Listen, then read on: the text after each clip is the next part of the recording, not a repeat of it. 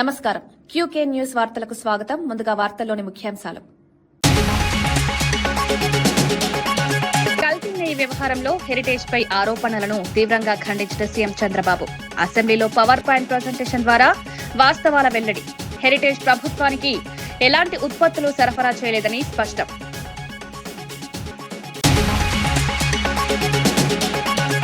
కేటీఆర్ వ్యాఖ్యలకు చామల కిరణ్ ఘాటు కౌంటర్. చట్టాలపై పాఠాలు అవసరం లేదన్న ఎంపీ, ఫోన్ ట్యాపింగ్ వివాదం గుర్తు చేసిన చామల ప్రజలను తప్పుదారి పట్టించొద్దని హెచ్చరిక.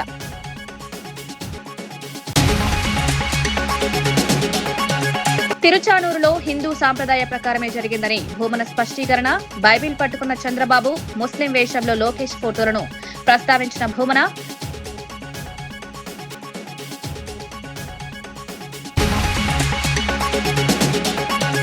ఇందిరమ్మ ఇళ్లలో అవినీతికి తావులేదన్న ఉత్తమ్, అర్హులకే ఇల్లు కేటాయిస్తామన్న హామీ. పారదర్శకంగా ఎంపిక ప్రక్రియ కొనసాగింపు.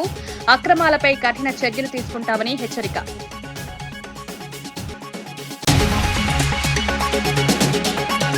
బీఆర్ఎస్ నేత కేటీఆర్ చేసిన వ్యాఖ్యలపై భువనగిరి ఎంపీ చామల కిరణ్ కుమార్ రెడ్డి తీవ్రంగా స్పందించారు. సీఎం రేవంత్ రెడ్డి, డీజీపీకి చట్టాలపై కేటీఆర్ పాఠాలు చెప్పాల్సిన అవసరం లేదని మండిపడ్డారు. బీఆర్ఎస్ పాలనలో జరిగిన ఫోన్ ట్యాపింగ్ వివాదాన్ని ప్రస్తావిస్తూ సొంత అల్లుడి ఫోన్ కూడా ట్యాప్ చేశారని కవిత చెప్పిన విషయాన్ని గుర్తు చేశారు. చట్టాల గురించి మాట్లాడే ముందు తమ పాలనలో జరిగిన ఘటనలను గుర్తు చేసుకోవాలని సూచించారు. ప్రజలను తప్పుదారి పట్టించే ప్రయత్నాలు మానుకోవాలని హెచ్చరించారు. ప్రభుత్వం చట్టబద్దంగా పనిచేస్తోందని స్పష్టం చేశారు. రాజకీయ ఆరోపణలతో గందరగోళం సృష్టించడం సరికాదన్నారు. పగటి కల్లాలు కనాల్సిందే.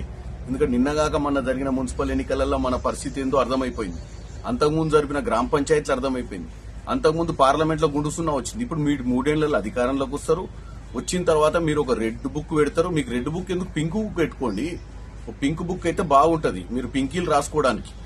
కాబట్టి మీరు మీ హయాంలో ఏదైతే ఫోన్ ట్యాపింగ్ కేసు ఈ రోజు నడుస్తుందో, అధికారం దుర్వినియోగానికి ఈ మొత్తం ప్రపంచంలోనే ఎవరు తన గూగుల్లో కొడితే ఎవడు అధికార దుర్వినియోగం చేసిన రాజకీయంలో అంటే మీ పేర్లే వస్తాయి.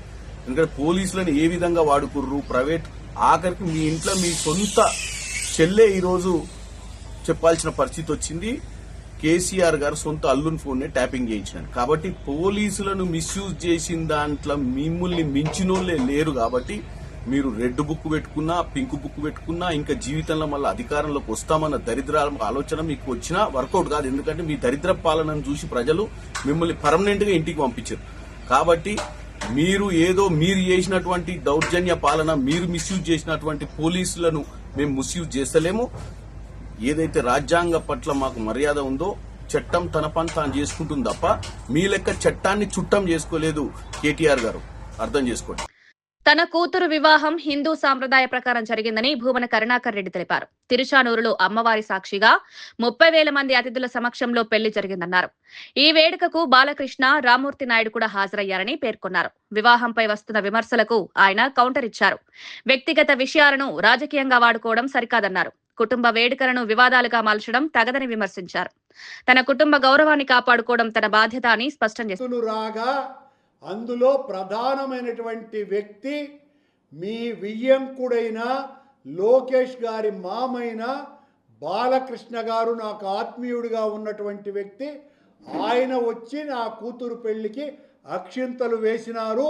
అలాగే మీ తమ్ముడు, నా స్నేహితుడు నారా రామ్మూర్తి నాయుడు కూడా ఆ పెళ్లికి వచ్చినారు. ఆ పెళ్లికి ఆనాడున్నటువంటి దాదాపు 13 మంది హైకోర్టు న్యాయమూర్తులు వచ్చినారు. నేను నా కూతురు పెళ్లిని హిందూ సాంప్రదాయం ప్రకారమే చేసినానని ఆ దేవదేవుని సాక్షిగా ప్రమాణం చేస్తున్నా.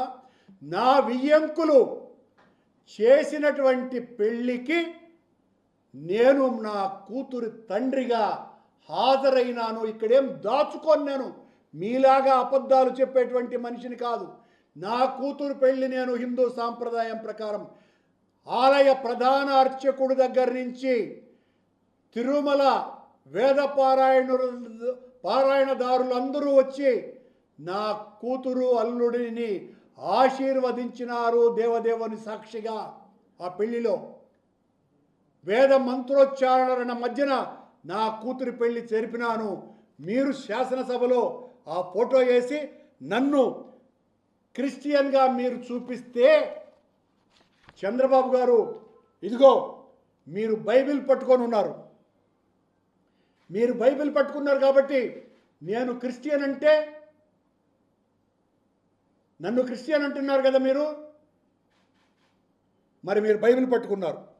ఇదిగో ఒకటి కాదు, రెండు కాదు, సాక్ష్యాలు కోకొల్లలుగా ఉన్నాయి, కోకొల్లలు.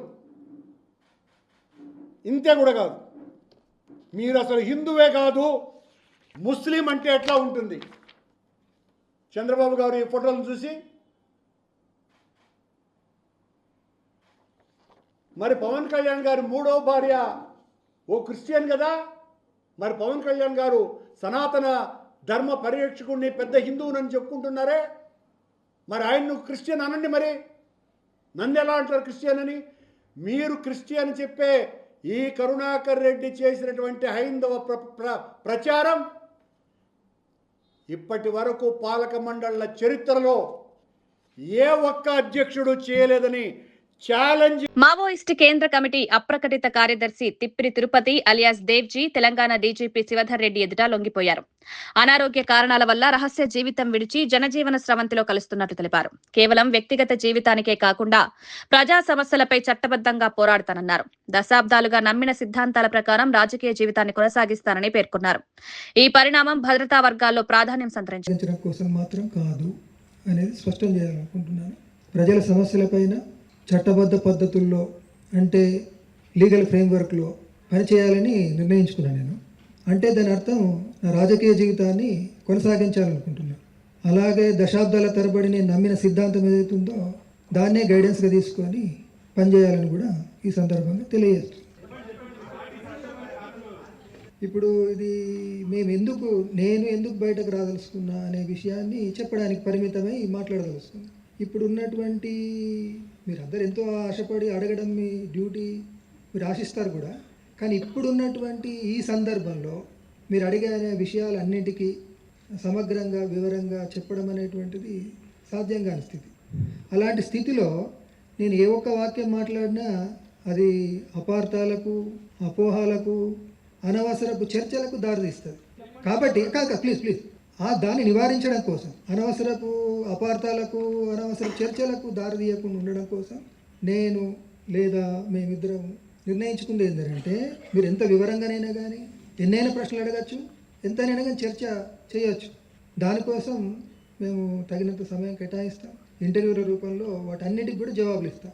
కానీ ఈ సందర్భంగా ఈ తక్కువ సమయంలో మీరు అడిగే ప్రశ్నలకు చెప్పే జవాబు అది ఉపయోగపడదు అనేది ఈ స్థితిని అర్థం చేసుకుంటే బాగుంటుందని మీ అందరినీ అప్పీల్ చేస్తున్నాం. అదే అన్ని ప్రశ్నలకు కూడా విషయాలు మీరు చాలా అడుగుతారని తెలుసండి, అడగాలి కూడా. కానీ సందర్భం ఏంటిదంటే, నేను చెప్పాను అనుకోండి, మేము అడిగిన విషయానికి ఉదాహరణకు 15 నిమిషాలు చెప్పాలి, కానీ నేను 2 నిమిషాలు చెప్తాను. దాన్ని ఇంకో ప్రశ్నతో జోడించినప్పుడు అది అపార్థానికి దారితీసి వక్రీకరణకు గురి కాబడుతుంది. కాబట్టి అలాంటి స్థితిని అవాయిడ్ చేయడము ఈనాడు ఉన్నటువంటి పరిస్థితి రీత్యా రేపు నా రాజకీయ జీవితాన్ని కొనసాగించడం కోసం నేను నా రాజకీయ జీవితాన్ని కొనసాగించాలనుకుంటున్నాను. మీ ప్రశ్నలకు జవాబిచ్చే క్రమంలో నా రాజకీయ జీవితానికి సమస్యగా రాకూడదని ఫీల్ అవుతున్నా. వేరే ఉద్దేశం ఏం కాదు. ఇది మిమ్మల్ని అగౌరవపరచడానికో, మీ ప్రశ్నలు లెక్క పెట్టకుండా వివరించడం కోసమో చేస్తున్నటువంటిగా తీసుకోవద్దని కోరుతున్నాను, అప్పీల్ చేస్తున్నాను. రాష్ట్ర వ్యాప్తంగా ఉన్న 1332 మంది జైలు సిబ్బందికి జీతం ప్యాకేజ్ మేళా ద్వారా ప్రత్యేక బ్యాంకింగ్ సదుపాయాలు విస్తరించినట్లు జైళ్ల శాఖ డీజీ సౌమ్య మిశ్రా తెలిపారు. సిబ్బందికి సులభ రుణాలు, బీమా, ఇతర ఆర్థిక సేవలు అందుబాటులోకి తెచ్చినట్లు వెల్లడించారు. బ్యాంకింగ్ సేవలను సిబ్బందికి దగ్గర చేయడమే లక్ష్యమన్నారు. జైలు సిబ్బంది సంక్షేమానికి ప్రభుత్వం కట్టుబడి ఉందని పేర్కొన్నారు. ఆర్థిక భద్రతతో సిబ్బంది మెరుగైన సేవలు అందిస్తారని ఆశాభావం వ్యక్తం చేశారు.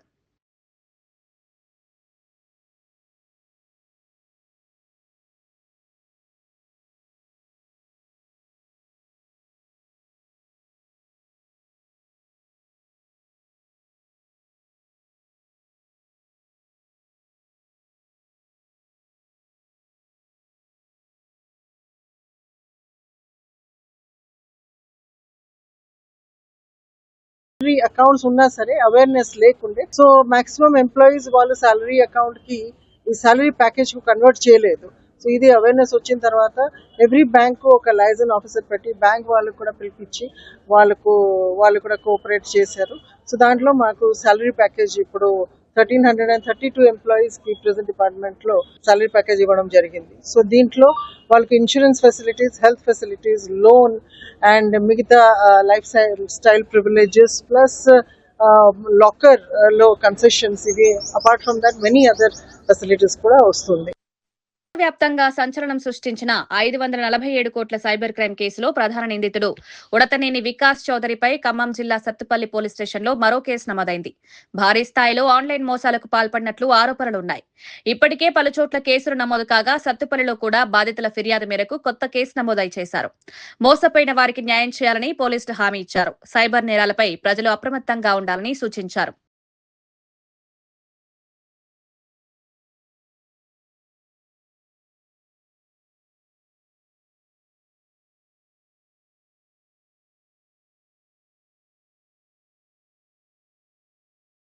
వికాస్ చౌదరి తర్వాత రామ వెంకట్ చరణ్ ఇంకా Anirudh 11 other accused person who are actively involved in this cyber case ని అరెస్ట్ చేశాము. ఇన్వెస్టిగేషన్ లో క్లియర్ గా ఈ అక్యూజ్డ్ పర్సన్స్ బిజినెస్ పేరుతో వేరే పర్సన్స్ ని బ్యాంక్ అకౌంట్ ఓపెన్ చేయించి check books, debit cards, internet banking credentials complete గా ఆ అకౌంట్స్ ని మ్యూల్ అకౌంట్స్ లాగా యూజ్ చేసి సైబర్ ఫ్రాడ్ కండక్ట్ చేశారు. పబ్లిక్ కి ఒక సిన్సియర్ రిక్వెస్ట్, ఈజీ మనీ కోసం, కమిషన్ కోసం ఎవరైనా మీ దగ్గర బ్యాంక్ అకౌంట్ ఓపెన్ చేయమైనా లేదా బ్యాంక్ అకౌంట్ డీటెయిల్ అడిగినా ప్లీజ్ షేర్ చేయకండి. మీ అకౌంట్స్ సైబర్ ఫ్రాడ్ లో యూజ్ చేస్తే మీరు కూడా అక్యూజ్డ్ గా కన్సిడర్ అవుతారు. నగదు రహిత చికిత్స కోసం డిజిటల్ కార్డులు ఇస్తామన్న ప్రభుత్వం నిర్ణయంపై రాష్ట్ర ప్రభుత్వ ఉద్యోగులు, గెజిటెడ్ అధికారులు, కార్మికులు, పెన్షనర్లు హర్షం వ్యక్తం చేశారు. ఈ నిర్ణయం వల్ల ఆసుపత్రుల్లో చికిత్స పొందే సమయంలో ఆర్థిక భారం తగ్గుతుందన్నారు. ఉద్యోగుల ఆరోగ్య భద్రతకు ప్రభుత్వం తీసుకున్న ఈ నిర్ణయం సానుకూలమని సంఘాల ప్రతినిధులు పేర్కొన్నారు. పథకం అమలులో స్పష్టమైన మార్గదర్శకాలు జారీ చేయాలని కోరారు. కుటుంబ సభ్యులకు కూడా వర్తింపజేయడం ఉపశమనం కలిగించిందన్నారు. త్వరితగతిన కార్డులు పంపిణీ చేయాలని విజ్ఞప్తి చేశారు.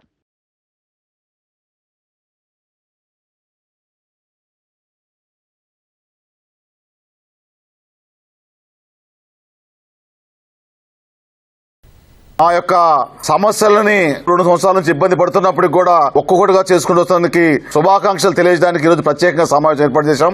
హెల్త్ కార్డ్స్ పైన గతంలో వచ్చిన 186 డిఓలో ఉద్యోగులకి ట్రస్ట్ ఒకటి ఏర్పాటు చేసుకుని ఆ ట్రస్ట్ లో ఉద్యోగ సంఘాలు 6 సంఘాలు, మా యొక్క సీనియర్లైన పెన్షనర్ సంఘాలు 2 సంఘాలు, ఆఫీసర్స్ 8 మంది, ఈ 16 మందికి చైర్మన్ గా సిఎస్ గారు వ్యవహరిస్తారని ట్రస్ట్ ఏర్పాటు చేయడం జరిగింది. మొన్న మేము కలిసినప్పుడు బడ్జెట్ సమావేశాల్లో లాంచ్ చేస్తామని చెప్పారు. దానికంటే ముందే నిన్న కేబినెట్ లో క్లియర్ గా చెప్పడం జరిగింది. 2-3 రోజుల నుంచి ఇంప్లిమెంట్ అవుతుందని మేము అనుకుంటున్నాం. మార్చి 1 నుంచి ఇంప్లిమెంట్ అవుతుందని. మరి ముఖ్యంగా హెల్త్ కార్డు విషయం ఆ రోజు 2008లో ఆగిపోయిన హెల్త్ కార్డుని మరి గౌరవ రేవంత్ రెడ్డి గారి ప్రభుత్వం సాహసం చేసి నిర్ణయం తీసుకొని మరి పెన్షనర్స్ అల్లాడిపోతున్నారు. ప్రతి నెలకోసారి ధర్నాలు పెట్టి వారి ఆవేదనను వ్యక్తం చేయడం జరిగింది. పైలట్ ప్రాజెక్ట్ కిందనే తీసుకుంటున్నాం. ఇది సక్సెస్ అయిన తర్వాత ప్రతి ఒక్కరికి కూడా అవకాశం ఇస్తామని చెప్పారు. ఎవరికి ఎట్లాంటి ఆందోళన అవసరం లేదు. మరి బేసిక్ పీలో కూడా పాయింట్ అది 1.5%. ఇది ఒక్కటి చేసి మళ్ళీ దీన్ని గాలి కొదిలేయకుండా ఖచ్చితంగా మమ్మల్ని మీరు చూడండి, మిమ్మల్ని మేము చూస్తాం, ఖచ్చితంగా మేము ఎంబడి ఉంటాం. మేము ఎవరి మాట వినం. మాకు మా సమస్య పరిష్కారం కావాలి. మేము పెద్దవాళ్ళుగా ధన్యవాదాలు, నమస్కారాలు పెట్టడం కాకుండా ఆశీర్వాదాలు ప్రభుత్వానికి ఇస్తున్నాం. ప్రతి కార్యక్రమంలో మేము కూడా ముందుంటాము. ఏదైతే ట్రస్ట్ ఏర్పాటు చేస్తున్నారో ఆ ట్రస్టుల మహిళా పెన్షనర్స్గా ఒక మహిళకు కూడా అవకాశం ఇవ్వాలని కోరుకుంటున్నాము. ఇందిరమ్మ ఇళ్ల పంపిణీలో ఎలాంటి అవినీతి జరిగే అవకాశం లేదని నీటిపారుదల శాఖ మంత్రి ఉత్తమ్ కుమార్ రెడ్డి స్పష్టం చేశారు. అర్హులైన లబ్ధిదారులకే ఇల్లు కేటాయిస్తామన్నారు. రాజకీయ ఆరోపణలు నిరాధారమని కొట్టిపారేశారు. పేదలకు గృహ సదుపాయం కల్పించడం ప్రభుత్వ లక్ష్యమని పేర్కొన్నారు. ఎవరైనా అక్రమాలు చేస్తే కఠిన చర్యలు తీసుకుంటామని హెచ్చరించారు.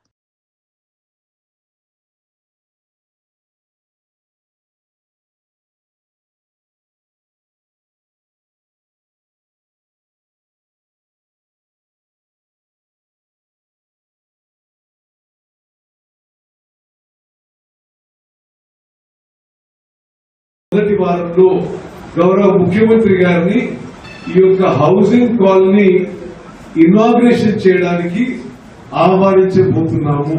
ఆహ్వానించే ముందు ఒకసారి నేను చూసి ఆహ్వానించాలనే ఉద్దేశంతో ఈరోజు రావడం జరిగింది. అన్ని పనులని సమీక్ష చేయడం జరిగింది. అన్ని పనులతో సహా ఈ 2160 బెనిఫిషియరీ కుటుంబాలను 1000 కుటుంబాలని ఇప్పుడు ఇమీడియట్లీ ఈ వారం రోజుల్లో సెలెక్ట్ చేయబోతున్నాము. అవినీతి రహితంగా ఈ బెనిఫిషియరీస్ సెలెక్షన్ చేయబోతున్నాము. ప్రజాప్రతినిధులు తప్పనిసరిగా మీ ఇన్పుట్స్, మీ రికమెండేషన్స్ ఇవ్వాలి. విజయవాడ ఇంద్రకీలాద్రి దుర్గా మల్లేశ్వర స్వామి దేవస్థానంలో మార్చి 6 నుంచి 3 రోజుల పాటు కుంభాభిషేక మహోత్సవం నిర్వహించనున్నారు. ఏర్పాట్లపై ఎంపీ కేశినేని శివనాథ్ ఆధ్వర్యంలో జిల్లా కలెక్టర్, పోలీస్ కమిషనర్, దేవస్థానం అధికారులు సమీక్ష సమావేశం నిర్వహించారు. భక్తులకు ఎలాంటి ఇబ్బందులు లేకుండా చర్యలు చేపట్టాలన్నారు. భక్తుల కోసం ప్రత్యేక క్యూ లైన్లు ఏర్పాటు చేశామన్నారు. మహోత్సవం విజయవంతం చేయాలని అధికారులు సంకల్పించారు.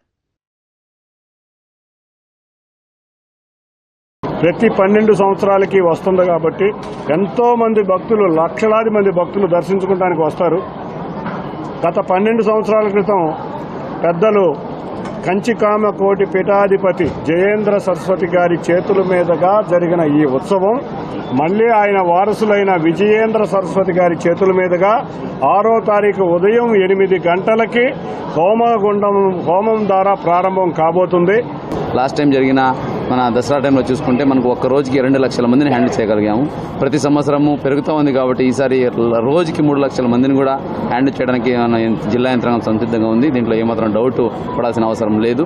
దీనికి ప్రభుత్వం నుంచి కూడా ఎప్పటికప్పుడు మనకు కావాల్సిన అన్ని సహకారాలు అందజేస్తున్నారు కాబట్టి ఎప్పటికప్పుడు మన దిశానిర్దేశాలు వస్తున్నాయి కాబట్టి ఈసారి కూడా కుంభాభిషేకాన్ని ఎక్కడ ఇబ్బంది జరుగుతాము. మీరు ట్రెండ్స్ చూస్తే సంవత్సరం కూడా అమ్మవారి దర్శనానికి వచ్చే భక్తుల సంఖ్య భారీగా పెరుగుతూ ఉంది. లాస్ట్ ఇయర్ మీకు అందరూ తెలుసు, మూలా నక్షత్రం రోజున 1,30,000 మంది వస్తే ఈసారి 2,05,000 మంది భక్తులు రావడం జరిగింది. సో ఈ మహాకుంభాభిషేకానికి కూడా ఈ భక్తులు ఎలా వస్తారనేది అంచనా వేయాల్సిన అవసరం ఉంది. సో దానికి మనము లాస్ట్ శరన్నవరాత్రి ఉత్సవాల సందర్భంగా ఎటువంటి చర్యలు తీసుకున్నామో అవన్నీ ఒకసారి సమీక్షించుకొని తద్వారా మనము ముందుకెళ్లాల్సిన అవసరం ఉంది. ఢిల్లీలో జరిగిన ఏఐ సదస్సు వద్ద కాంగ్రెస్ నాయకుల ప్రవర్తనకు నిరసనగా బీజేపీ మహిళా మోర్చా ఆధ్వర్యంలో విజయవాడలో ర్యాలీ నిర్వహించారు. నాయకులు కాంగ్రెస్ పై తీవ్ర విమర్శలు గుప్పించారు. మహిళా గౌరవాన్ని కించపరిచే చర్యలను ఖండించారు. ప్రజాస్వామ్యంలో బాధ్యతాయుత ప్రవర్తన అవసరమన్నారు. సంఘటనపై పూర్తి వివరాలు బయటపెట్టాలని డిమాండ్ చేశారు. ర్యాలీలో పెద్ద సంఖ్యలో మహిళలు పాల్గొన్నారు.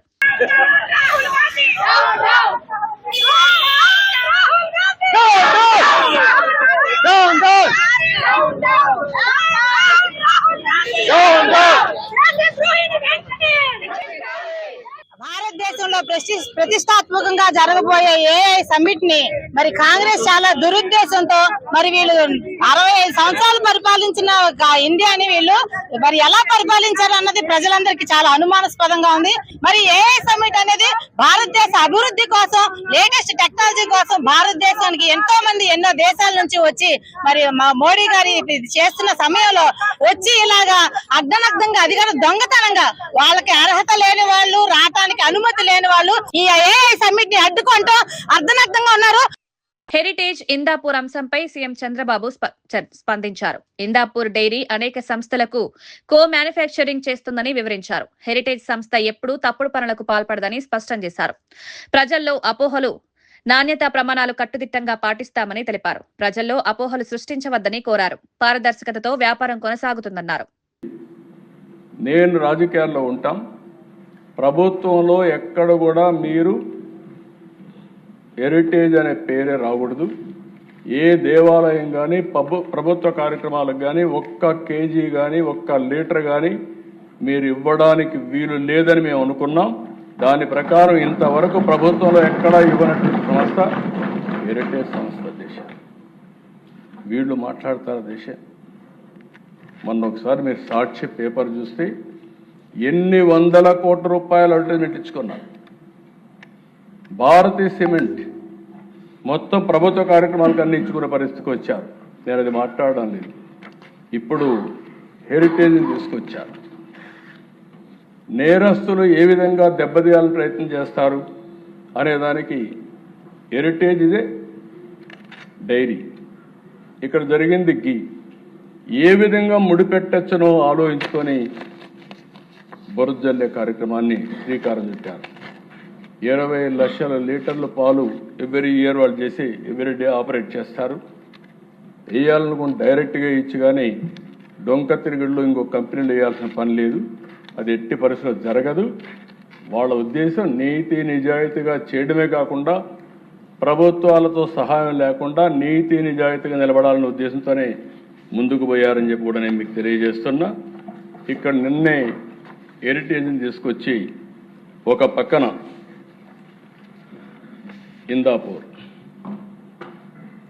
ఇందాపూర్ డైరీలో హెరిటేజ్ గీని ఇండైరెక్ట్ గా వాళ్ళు ఇక్కడ ఇస్తున్నారు. ఇందాపూర్ డైరీకి హెరిటేజ్కి గీలో సంబంధం లేదు. ఈ కంపెనీ అధ్యక్ష పూణే దగ్గర ఉంటారు. వాళ్ళు అవుట్ సోర్సింగ్, కో ప్యాకింగ్, కో మ్యానుఫ్యాక్చరింగ్ చేస్తారు. కో మ్యానుఫ్యాక్చరింగ్ ఒకరికే కాదు, మదర్ డైరీకి చేస్తున్నారు, బిటానియాకి చేస్తున్నారు, హిందుస్థాన్ యూనిలివర్కి చేస్తున్నారు, ఆయుర్వేద గీ తయారు చేస్తున్నారు, పతాంజలికి ఇస్తున్నారు, లాక్టలిస్ చేస్తున్నారు, డీమార్ట్, రిలయన్స్, టాటా స్టార్, డొమినస్, దొడ్లా, హ్యాట్సన్, జీబీఆర్, జిఆర్బి, తర్వాత ఫైనల్గా వచ్చే కొందికి అమూల్, హెరిటేజ్కి ఇస్తున్నారు. అది హెరిటేజ్ కూడా చీజ్, యూహెచ్టీ, ఎస్ఎంపి చేయించుకుంటున్నారు వాళ్ళ దగ్గర. అది కూడా కో మ్యానుఫ్యాక్చరింగ్. అలాంటిది అన్ని దిక్కల్లో వీళ్ళు చేసుకుంటారు అధ్యక్ష. దానికి తీసుకొచ్చి 4 రోజులు కడాన 5 మంది, 5 మంది అయ్యారు.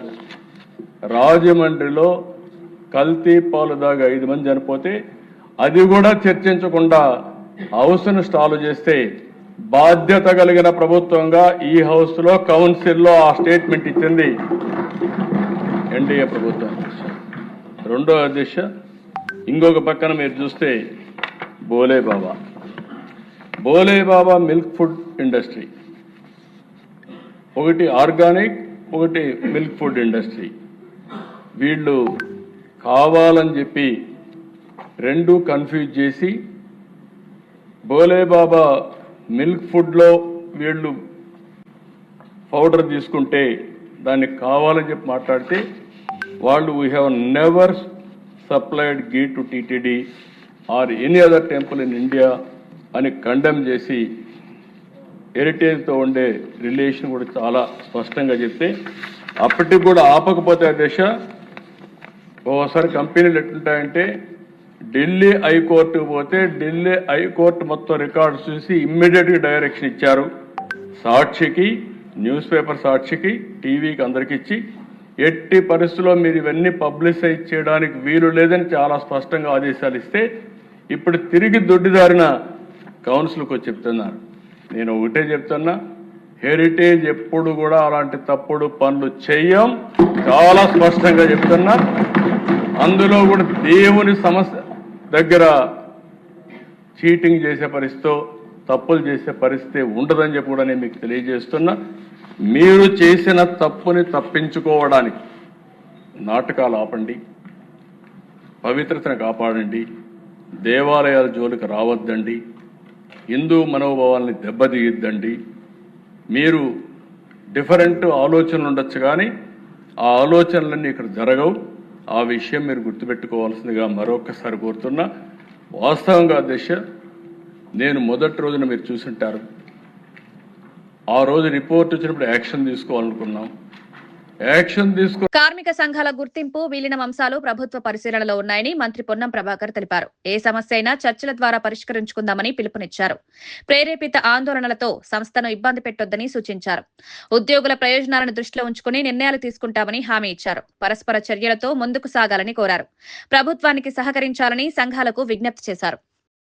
ఏ ప్రాంతమైనా నేను డీజీపీ గారితో కూడా మాట్లాడినా ఆ అంశం మీద కఠినంగా స్పందించి చర్యలు తీసుకోమని చెప్పి కోరుతూ, కుటుంబానికి అండగా ఈ రాష్ట్ర ప్రభుత్వం ఉంటుంది. ముఖ్యమంత్రి గారు కూడా నిన్న చెప్పినారు, ఎక్కడ కూడా ఇబ్బంది పడేటువంటి పరిస్థితి రాకుండా మీకు అన్ని రకాలుగా న్యాయం చేసేటువంటి విధంగా ప్రభుత్వ చర్యలు ఉంటాయని మనం చేస్తాం. ఆర్టీసీ కార్మికులు నా కుటుంబ సభ్యులు, ఈ ప్రభుత్వ భాగస్వాములు. ఆర్టీసీ విలీనము, కార్మిక సంఘాలకు సంబంధించిన గుర్తింపు అనే అంశాలు ప్రభుత్వంలో పరిశీలనలో ఉన్నాయి. మిగతా అన్ని అంశాలను ఆర్టీసీ ఆర్థిక పరిస్థితి దృష్ట్యా ఒకటి నెరవేర్చుకుంటూ వస్తా ఉన్నాం.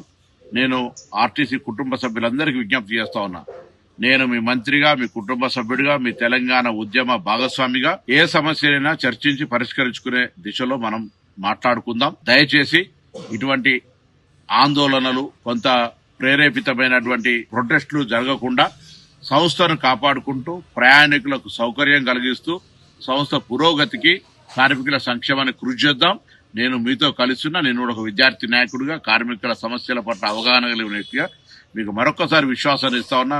నా డోర్స్ ఎల్లవేళలా మీ కుటుంబ పెద్దగా నేను నా యొక్క బాధ్యత నిర్వహిస్తాననే మాట మా ప్రభుత్వం గౌరవ ముఖ్యమంత్రి గారు కూడా స్పష్టంగా మీకు ఈ మాట చెప్పమన్నారు. నేను ఈ సందర్భంగా తప్పకుండా తెలంగాణ ప్రజాపాలన ప్రభుత్వం. వార్తలు ముగించే ముందు ముఖ్యాంశాలు మరోసారి. కల్తీ నెయ్యి వ్యవహారంలో హెరిటేజ్ పై ఆరోపణలను తీవ్రంగా ఖండించిన సీఎం చంద్రబాబు. అసెంబ్లీలో పవర్ పాయింట్ ప్రజెంటేషన్ ద్వారా వాస్తవాల వెల్లడి. హెరిటేజ్ ప్రభుత్వానికి ఎలాంటి ఉత్పత్తులు సరఫరా చేయలేదని స్పష్టం.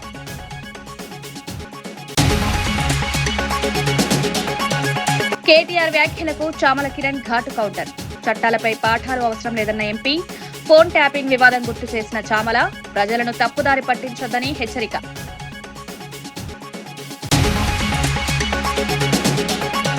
తిరుచానూరులో హిందూ సాంప్రదాయ ప్రకారమే జరిగిందని భూమన స్పష్టీకరణ. బైబిల్ పట్టుకున్న చంద్రబాబు, ముస్లిం వేషంలో లోకేష్ ఫోటోలను ప్రస్తావించిన భూమన.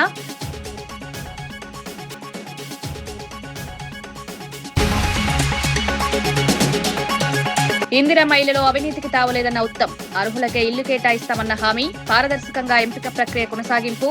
అక్రమాలపై కఠిన చర్యలు తీసుకుంటామని హెచ్చరిక.